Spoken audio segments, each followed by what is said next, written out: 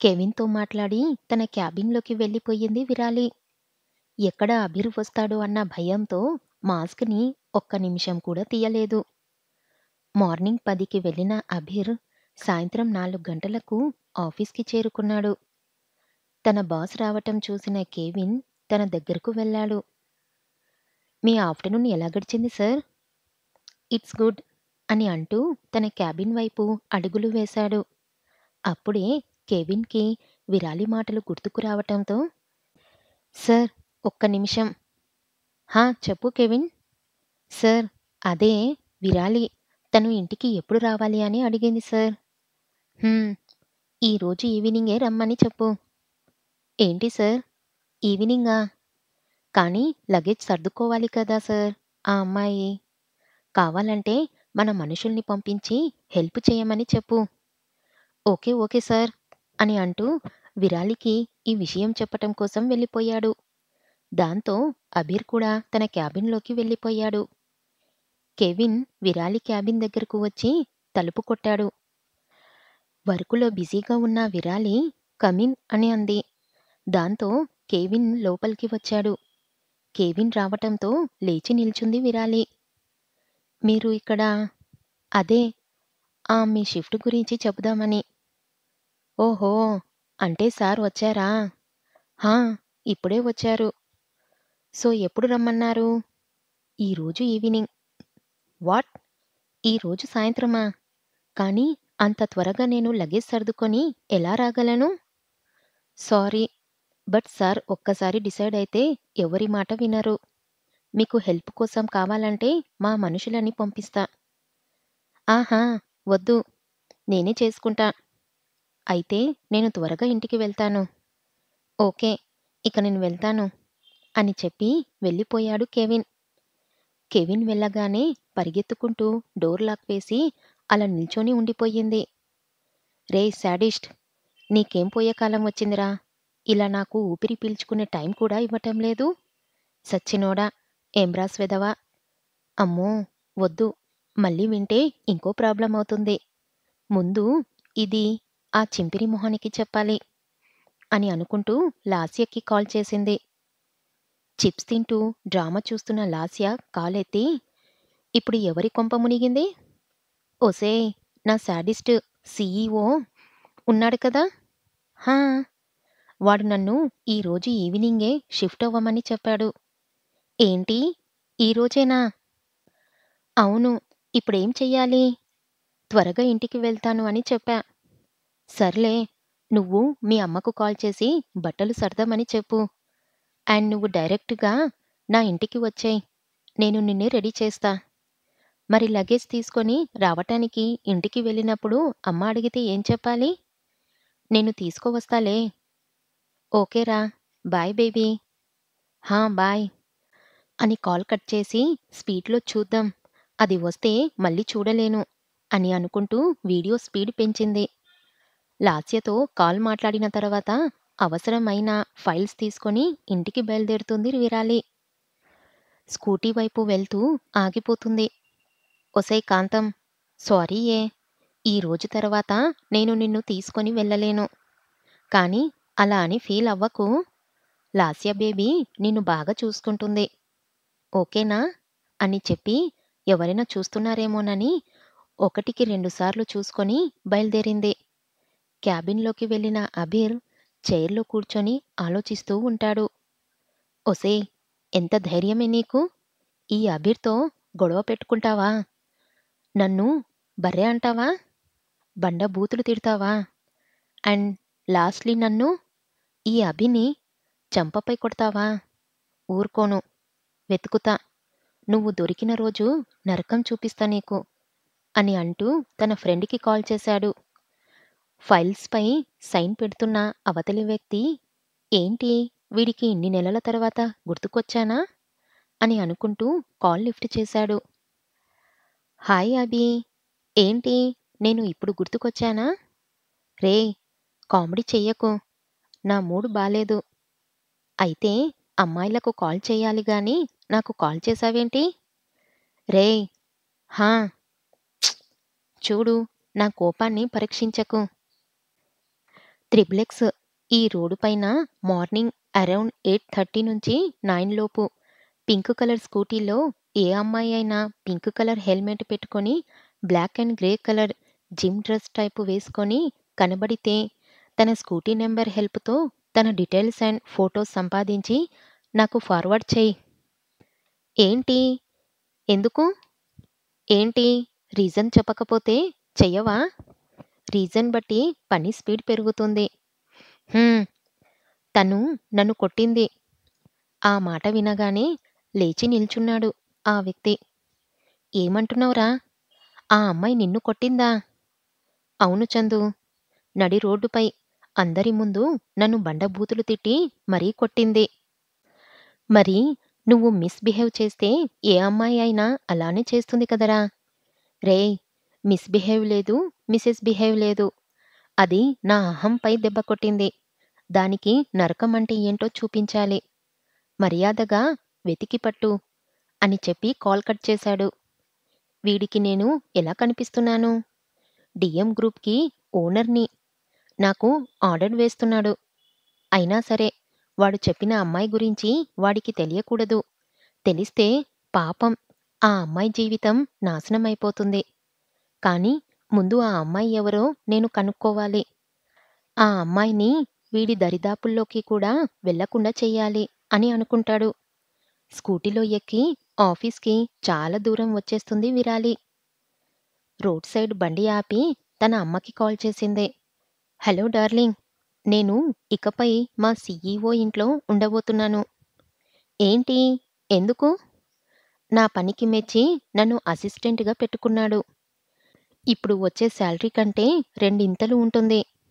"అవునా?" "అవును. ఈరోజు సాయంత్రమే రావాలి అంట. సో, నువ్వు అండ్ అక్క ఇద్దరూ బట్టలు సర్ది పెట్టండి. నేను రావటానికి లేట్ అవుతుంది. మళ్ళీ నేను వచ్చి సర్దలేను." "సరేలేవే. ఉంటా మరి." "హా! అమ్మా బాయ్" అని చెప్పి కాల్ కట్ చేసింది. ఫోన్ హ్యాండ్ బ్యాగ్‌లో పెట్టి లాస్య ఇంటికి బయలుదేరింది. బండిలో వెళ్తూనే ఆలోచించటం మొదలుపెట్టింది. అయినా పెద్ద సైకోలా ఉన్నాడేంటి వాడు? బయట ఒకలా, లోపల ఒకలా బిహేవ్ చేస్తున్నాడు. బయట ఏమో ఏదేదో మాట్లాడాడు. ఆఫీస్ లోపల ఏమో మర్యాదగా గారు అని అంటున్నాడు. స్క్రూ లూజా ఏంటి? మనకెందుకు? ఫాస్ట్‌గా లాస్య ఇంటికి వెళ్ళాలి. ఆ గొరెల్ల మొహంది డ్రామా చూస్తూ ఉండి ఉంటుంది అని అనుకుంటుంది. దాంతో డ్రామా చూస్తున్న లాస్యకి తుమ్ము రావటంతో ముక్కు రుద్దుకుంటూ ఎవరో నన్ను పొగిడినట్టు ఉన్నారు అని అనుకుంటుంది. 10 నిమిషాల్లో లాస్య ఇంటికి చేరుకుంది విరాలి. బండి సౌండ్ రావటంతో ఫోన్ చూడటం ఆపేసి బయటకు వచ్చింది. విరాలిని చూసిన ఆనందంలో వెళ్ళి హగ్ చేసుకుంది. "ఎన్ని రోజులయ్యిందిరా డార్లింగ్ నిన్ను చూసి?" "ఈ పలకరింపులు తర్వాత. ముందు పద, నన్ను రెడీ చెయ్యి." "ఓకే ఓకేరా, లోపలికి రా" అని అంటుంది. ఇద్దరూ కలిసి లోపలికి వెళ్లారు. లోపల హాల్ మొత్తం చిందరవందరగా ఉంది. ఎక్కడ పడితే అక్కడ చిప్స్ ప్యాకెట్, పిజ్జా బాక్సెస్ ఉన్నాయి. ఏంటే ఇది? ఇల్లా లేక మున్సిపాలిటీనా ఇది? సర్లే, ఏదో అలా జరిగిపోయింది. నా రూమ్‌కి పద, నిన్ను రెడీ చేస్తా." "ఓకే." ఇద్దరూ కలిసి లాస్య రూమ్‌లోకి వెళ్లారు. "సరే మేడం గారు, welcome to Lasya beauty parlour. ఇక్కడ మేకపే కాదు, మొహాన్ని మార్చే ప్లాస్టిక్ సర్జరీ కూడా జరుగుతుంది." "అవునా అండి? ముందు నన్ను రెడీ చెయ్యండి. మీ అడ్వర్టైజ్‌మెంట్ మళ్ళీ ఇద్దురు." "ఓకే డార్లింగ్" అని అంటూ విరాలి చుట్టూ వైట్ క్లాత్ కప్పింది. శారీపై మేకప్ పడకూడదు అని. క్లాత్ కప్పిన తర్వాత ఎదురుగా ఉన్న డ్రా ఓపెన్ చేసింది. అది మొత్తం మేకప్ సామాన్లతో నిండిపోయి ఉంది. "ఏంటే ఇది? నిజం చెప్పు. నాకు తెలియకుండా మేకప్ పార్లర్ పెట్టావు కదా! నీకెందుకు ముసలి? సైలెంట్‌గా కూర్చో. ఇప్పుడు చూడు నిన్ను ఎలా మార్చేస్తానో. ఇప్పుడు చూడు కాసేపటి తర్వాత నిన్ను నువ్వే గుర్తుపట్టలేవు" అని అంటూ తన మ్యాజిక్‌ని చూపించింది లాస్య. అరగంట తర్వాత "హా! అయిపోయింది" అంటూ బ్రష్ టేబుల్ పైన పెట్టింది. "ఏంటే? ఇక కళ్ళు తెరవచ్చా?" "హా! బంగారంగా." విరాలి కళ్ళు తెరిచి చూసింది. అద్దంలో తనని తాను చూసుకొని ఆశ్చర్యపోయింది. ఏంటే ఇది? నేనేనా? హా! నువ్వే. వావ్! మేకప్‌తో ఫేస్‌ని మార్చేయొచ్చా? అవును మరి. నీ హెయిర్ ఇలా కట్ చేసి ముందు పక్క కళ్ళ వరకు పెట్టాను.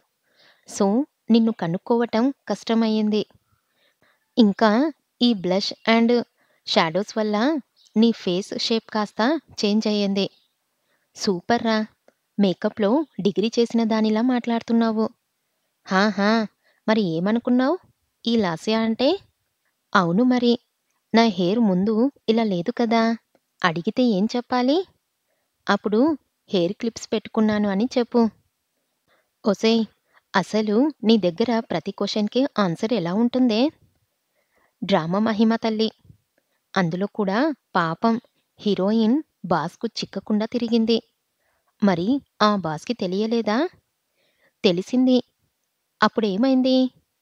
తెలిసేలోపే బాబుకి పాపపై ప్రేమ పుట్టింది. కాసేపు ఆడుకున్నా. మళ్ళీ తనని కేరింగ్‌గా చూసుకున్నాడు. హోయ్! కానీ నా విషయంలో అలా జరగదుగా? అవును. తెలిసిన వెంటనే నువ్వు ఔట్. హ్మ్. సరే పద. ఇంటికి వెళ్దాం. ఓకే పద. ఒక్క నిమిషం. చెప్పు. అది నా కాంతాన్ని నువ్వు జాగ్రత్తగా చూసుకోవాలిరా. ఎందుకు? అదే వాడు నా స్కూటీ చూస్తే ఖచ్చితంగా డౌట్ పడతాడు. అందుకే. అవునా? సర్లే బాగా చూసుకుంటా. మరి మనం ఎందులో వెళ్ళాలి? నీ కార్‌లో. పద దాంట్లో వెళ్దాం.